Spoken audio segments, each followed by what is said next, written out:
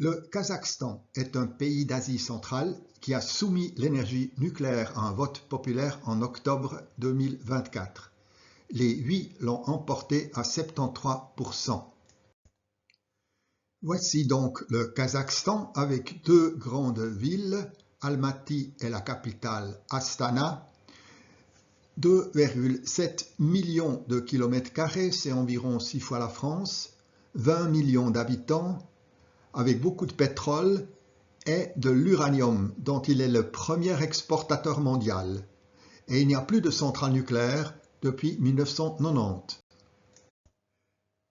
Suite au plébiscite positif, le gouvernement kazakh a invité des offres pour la construction de 2 nouvelles centrales nucléaires. La compétition était ouverte à tous les producteurs mondiaux valables et ont participé la France, la Corée du Sud, la Chine, la Russie et les États-Unis, qui se sont par la suite retirés.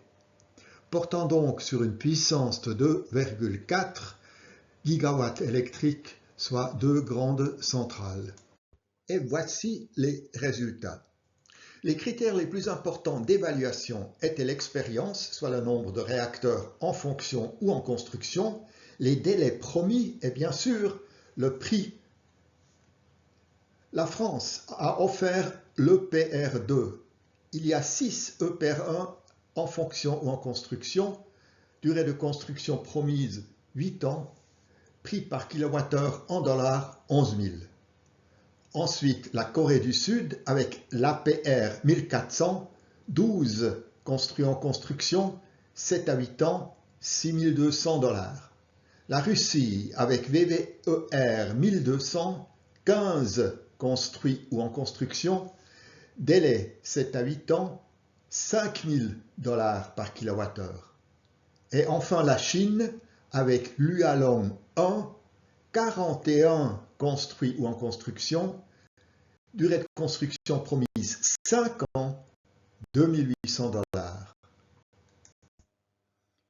Sans surprise, en mai 2025, les Kazakhs ont commandé un réacteur chinois et un réacteur russe. Qu'est-ce que cela signifie pour la France et l'EPR, le European Pressurized Reactor? En février 2022, Emmanuel Macron a déclaré « Nous allons lancer dès aujourd'hui un programme de nouveaux réacteurs nucléaires ». Cela veut dire 8 EPR jusqu'en 2035 et 6 supplémentaires après. Mais ces réacteurs coûteront 4 fois plus cher que le réacteur chinois Hualong 1. Et même si le programme français réussissait en 2035, aura-t-il une chance contre la compétition chinoise? Poser la question, c'est d'y répondre. Une situation analogue s'est déjà présentée, mais avec une issue différente. Dans les années 1960, il y avait en France un développement de réacteurs refroidis par gaz. Mais ce programme a pris du retard et en 1973, face à la première crise pétrolière, le gouvernement Pompidou-Mesmer a décidé de l'abandonner et de miser sur le réacteur américain à eau pressurisée développé par Westinghouse. Ce programme a eu le succès qu'on connaît avec la construction de 55 centrales en France et de nombreuses et additionnelles exportées jusqu'en 1990.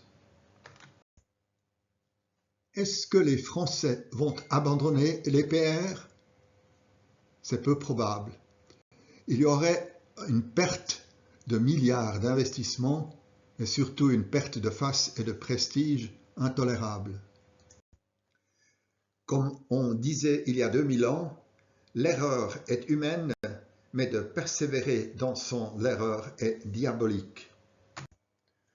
Vous trouverez les sources utilisées dans la description vidéo ci-dessous. Commentaires et corrections via YouTube ou directement à bernard@hirschel.ch. Je vous remercie pour votre intérêt et vous dis à bientôt.